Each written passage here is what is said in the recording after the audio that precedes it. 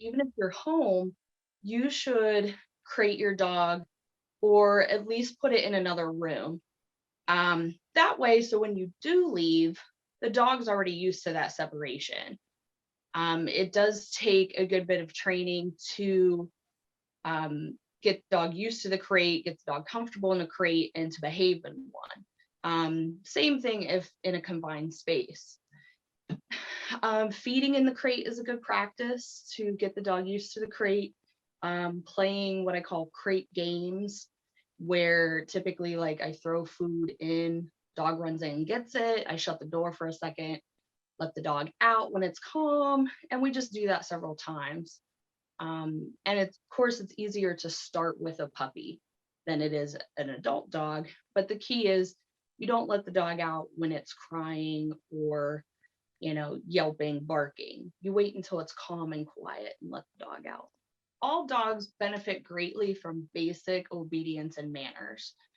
Um, and just teaching good leash behavior, um, and walking them properly on the leash. The dog is more comfortable. The dog knows not to jump up. The dog knows not to run at or charge at people or bark at people or other dogs. That will help. And of course, if you don't know how to do that yourself, you should contact a professional. Unless the owner would looks like they want you to interact with the dog, ignore it. If you would like to interact with the dog, strike up a conversation with the owner first. Greet the human first and then focus on the dog. Um, do not hover. Don't get too close. Don't get in the dog's face. Typically, a lot of dogs don't like when you reach over top of their head to be petted. And honestly, if the dog shows hesitation or any sort of fearful or anxious response, I wouldn't even bother to reach out to pet that dog.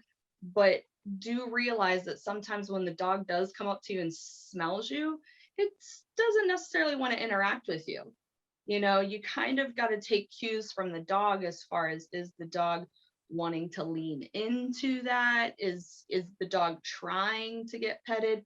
Or is the dog simply curious and then wants to back off?